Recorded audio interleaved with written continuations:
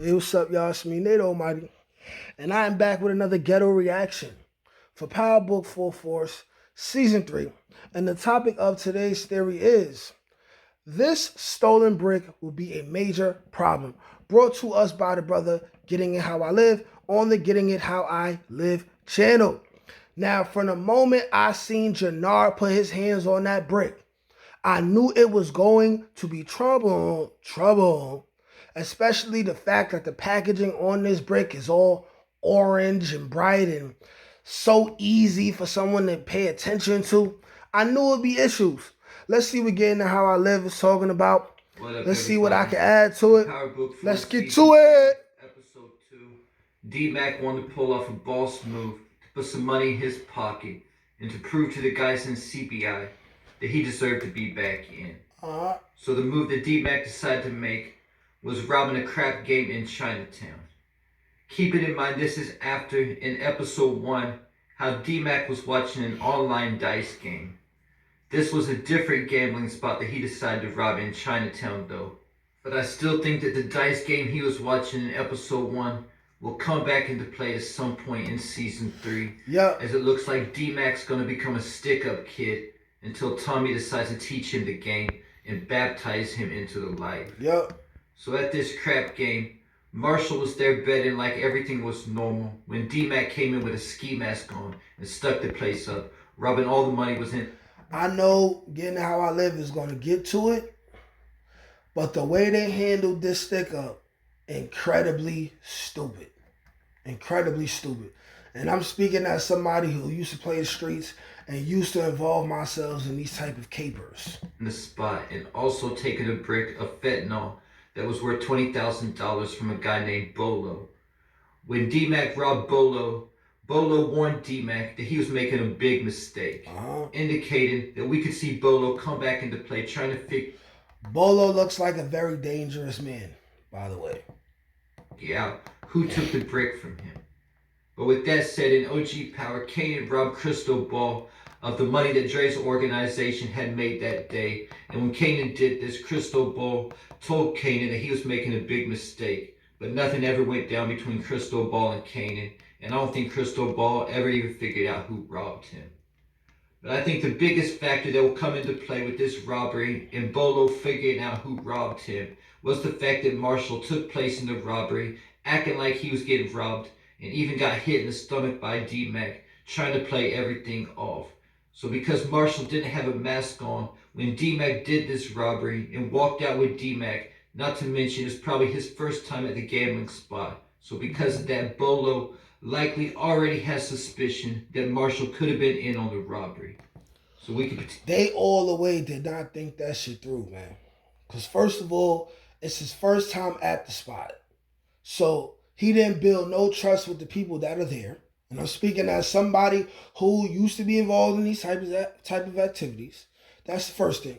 Second off, it's his first time there, and then you hit him, and then you hit him in the stomach.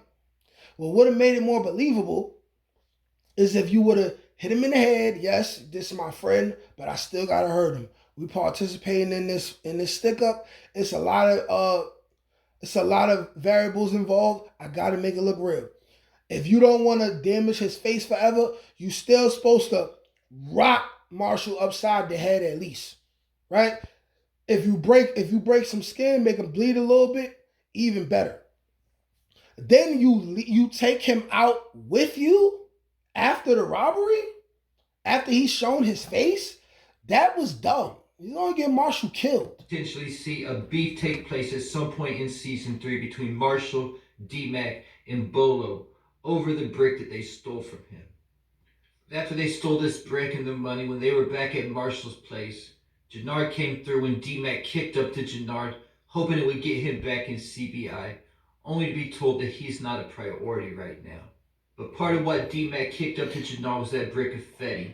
And once Jinard got the brick, he was driving around looking at it like it was a mill, keeping in mind Jinard just recently overcame his addiction issues. But he ultimately put the brick in his glove box and was able to overcome the temptation to use it again. So far. But later when he got back to Shanti's boxing gym, was telling her about how DMac had hit the lick and gave him the brick of fentanyl. and how all the other crews in the city were cutting product with it. Shanti told Jinard that that was a bad idea because she's trying to build something and not destroy. That she doesn't need bodies dropping because of that. In episode 2, Shanti also asked Jinard if he was sure that he wants to go through with killing Diamond. And I think she's asked him about that in both episode 1 and 2, and he confirmed that he would do it in both episodes. But at the end of the day, Jinard will clearly have a problem with taking out Diamond, even though he does want Diamond out of the way. He's never gonna do it. He wants to have his brother with him at the top, and that's all. So he could get back to running CBI. All he wants is his brother. Again. So because of that, I'm reminded how Kanan went to jail prior to the OG Power timeline when Tasha and Ghost set Kanan up to go to prison. Ghost had a run to make, but told Kanan he had something to do. So Kanan had to make the run when Ghost had already unscrewed his tail light, and Tasha made an anonymous tip. Because of that, Kanan got caught with product and a gun and went to prison for 10 years. Ultimately, Ghost said he didn't kill Kanan because he loved him like a brother, and that's why he sent him inside instead. But once Kanan came back into the picture, at one point Ghost and Tasha were arguing when she said that Ghost should have killed Kanan like she told him to. This is very similar to the situation we see going on with Shanti, Jinard, and Diamond. Just like Ghost and Tasha wanted to run things, Jinard and Shanti also want to run things. And just like Kanan was standing in the way of Ghost and Tasha, Diamond standing in the way of Jinard and Shanti. And because Jinard doesn't just love Diamond like a brother, Diamond's his actual blood brother, I think we could see Jinard make a similar move to send Diamond back to prison. And when he does, can happen. That fentanyl could come back into play. Oh. Keeping in mind what Diamond went to prison for when he had to serve 15 years when he had just got out in episode 1 of the series. I don't think it's going to go that way because Jinard is going to open up that pack and he's going to sniff it. Jinard's going to relapse. Diamond went to prison for a bad batch that he put on the streets that he's going to sniff the whole bag. Killed 9 people. And now that Jinard has this Fetty pack, he could potentially use that to cut some of Diamond's product without him knowing about it, to put Diamond back in prison for the same type of thing he went to prison for the first. That'd be so disrespectful. Time. In Power, Alicia Jimenez also tried to get Diego locked up at one point as well when she planted his gold gun in a stash house. Another way this brick could come back into play is the fact that Jinard is also caught in a dilemma right now, with Shanti telling Jinard to keep DMac alive while putting money in his pocket, which I guess he really doesn't need anymore after hitting that lick. But that was her plan while telling King Kilo that Diamond and Tommy were protecting DMac, so King Kilo would target Diamond and Tommy. Jinard ain't listening to nothing Shanti's saying. He gonna do what Jinard wanna do.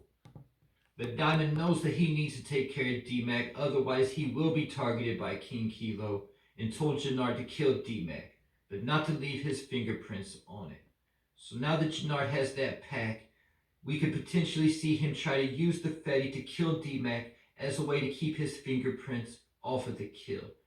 Like 21 Savage says on the song Walk Down with Young Thug, we can't use a gun, we put Fetty in his weed. Could we see Jinard do something similar when it comes to DMac? Because we do know that DMac and Marshall be up in Marshall's apartment smoking all the time. So this could potentially be the move that Jinard decides to make when it comes to taking out D. That would be insane. But DMac ain't going out like that. That's not gonna happen. Let's keep it being DMac. But the thing is, if he were to do this, then he would need to be careful that the blunt doesn't get into the wrong hands, because things could always go wrong in regards to that if that's the move that Jinard tries to make, to where the wrong person would end up smoking the blunt and dying.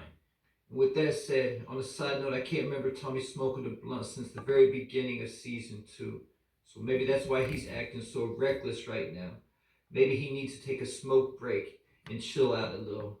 And also, he ain't been off that powder the whole 4th series, except taking one test bump in season 1. I think that's also something we need to see Tommy get back to at least one time before the series ends. You want to see Tommy get back on that shit? Because coked out Tommy was hilarious. Was definitely hilarious. But concerning Jinard potentially using the Fetty to take out DMac, there's also a scene from one of the teaser videos that shows Shanti lighting a blunt. So because of that, I wonder if Oh my goodness, is he about to say what I think he about to say? he might end up smoking the blunt that Jinard has for DMac. Or if Jinard can end up taking Shanti out with the Fetty on purpose to get her out of the way if they end up having problems in their relationship. Which is such a pussy way to deal with the situation. Later on in the season. But in regards to Jinard's DMac dilemma, also now that he knows where DMac stole the brick from, he could also potentially leak up with Bolo and let him know that. That's exactly, and I'm going to leave it there because I got a whole theory, which I'm going to be speaking on that. Y'all let me know what y'all think. Like, share, comment, subscribe. Peace. Can't teach that shit, nigga. Come on. That's gotta get that. That's touch my ink. That's on the dome, nigga.